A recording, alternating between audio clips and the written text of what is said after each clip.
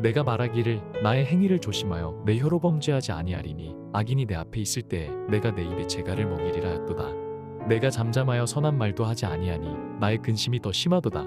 내 마음이 내 속에서 뜨거워서 작은 소리로 읊조릴 때에 불이 붙으니 나의 혀로 말하기를 여호와여 나의 종말과 연한이 언제까지인지 알게 하사 내가 나의 연약함을 알게 하소서. 주께서 나의 날을 한 뼘끼리만큼 되게 하심에 나의 일생이 주 앞에는 없는 것 같사오니 사람은 그가 든든히 서 있는 때에도 진실로 모두가 허사뿐이니이다. 진실로 각 사람은 그림자 같이 다니고 헛된 일로 소란하며 재물을 쌓으나 누가 거둘는지 알지 못하나이다. 주여 이제 내가 무엇을 바라리요 나의 소망은 주께 있나이다. 나를 모든 죄에서 건지시며 오매한 자에게서 욕을 당하지 아니하게 하소서. 내가 잠잠하고 입을 열지 아니함은 주께서 이를 행하신 까닭이니이다. 주의 징벌을 나에게서 옮기소서. 주의 손이 치심으로 내가 쇠망하였나이다. 주께서 죄악을 책망하사 사람을 징계하실 때에 그 영화를 좀먹음 같이 소멸하게 하시니 참으로 인생이란 모두 헛될 뿐이니이다. 여호와여 나의 기도를 들으시며 나의 부르짖음에 귀를 기울이소서. 내가 눈물 흘릴 때에 잠잠하지 마옵소서. 나는 주와 함께 있는 나그네이며 나의 모든 조상들처럼 떠도나이다. 주는 나를 용서하사 내가 떠나 없어지기 전에 나의 건강을 회복시키소서. 12월 5일 새벽 말씀 큐티를 시작하겠습니다. 시편 39편은 다윗의 시입니다. 본문에서 다윗은 매우 심각하고 곤란한 상황 가운데 처해 있습니다. 그럼에도 불구하고 다윗은 자신의 소망을 어디에 두고 있는지를 분명하게 밝히고 있죠. 7절 말씀입니다. 주여 이제 내가 무엇을 바라리요 나의 소망은 주께 있나이다. 오늘 시편을 통해서 인생의 심각한 갈등과 문제 속에서도 우리의 소망을 어디에 두어야 하는지를 기억해 보실 수 있기를 바랍니다. 지금 다윗은 악인 앞에 서 있습니다. 그럼에도 자신의 말을 조심하기 위해서 내 입에 재갈을 먹이리라고까지 말하고 있습니다. 선한 말까지도 금하여서 잠잠하고자 애쓰고 있습니다. 그 이유는 입술로 자신의 죄를 더하지 않기 위해서 필사적이었기 때문입니다. 성도 여러분께서도 억울하고 자신을 변호하고 싶을 때 침묵하고 말을 하지 말아야 될 상황 가운데 처해 보신 적이 있으신가요? 그때 얼마나 마음이 답답하고 고통스러운지 경험해 보신 분들은 분명히 있을 것입니다. 바로 다윗은 그 답답한 상황 속에서도 입을 닫고 견디고 있는 이유가 있었습니다. 9절 말씀입니다. 내가 잠잠하고 입을 열지 아니함은 주께서 이를 행하신 까닭이니이다.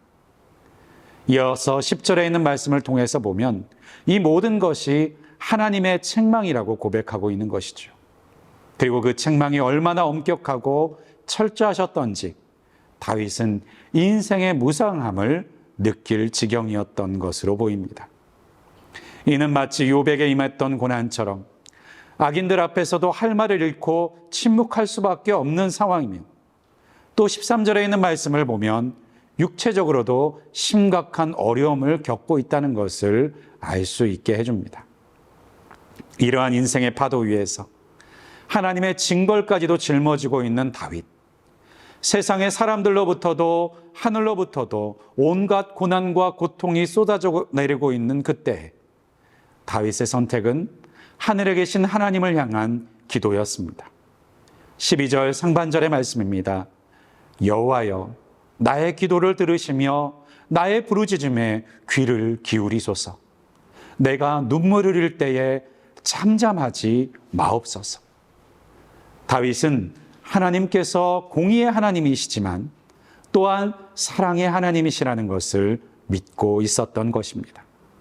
그래서 주의 징벌이 임하는 가운데서도 하나님의 긍휼을 바라보고 있었던 것이죠. 평생토록 함께 하셨던 하나님께서 어떤 분이신지 다윗은 경험하고 있었던 것입니다. 잠언에 있는 말씀에 보면 그 자녀를 책망할 때 때릴지라도 그 자녀가 죽지 않는다고 말씀하십니다. 왜 죽지 않겠습니까? 바로 책망하는 부모가 그 자녀의 죽는 것을 원치 않고 있기 때문입니다. 하나님의 훈계와 징계도 마찬가지입니다. 하나님께서는 당신의 자녀된 하나님의 백성들을 때로는 그 잘못으로 인하여서 깨닫게 하시기 위하여 징계하시지만 결코 죽기를 원하지 않으십니다. 호세아 선지자는 이러한 하나님의 마음을 호세아서 6장 1절에 이렇게 옮기고 있습니다. 오라, 우리가 여호와께로 돌아가자. 여호와께서 우리를 찢으셨으나 도로 낫게 하실 것이요 우리를 치셨으나 싸매어 주실 것임이라. 또한 예수 그리스도께서 십자가에 달려 죽으셔야만 했던 그 끔찍한 죄, 그 죄악 가운데는 우리를 향해서도 이사야서 1장 18절에서는 이렇게 말씀하고 있습니다. 여호와께서 말씀하시되 오라, 우리가 서로 변론하자. 너희의 죄가 주홍 같을지라도 눈과 같이 희어질 것이요 진홍같이 붉을지라도 양털같이 희게 되리라 라고요.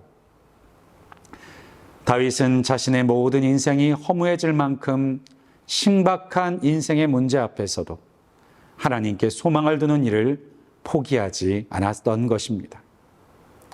사랑하는 여러분, 이스라엘의 1대 왕이었던 사울과 2대 왕이었던 다윗의 가장 큰 차이가 무엇인지 아십니까? 다윗 역시 완벽한 사람은 아니었습니다.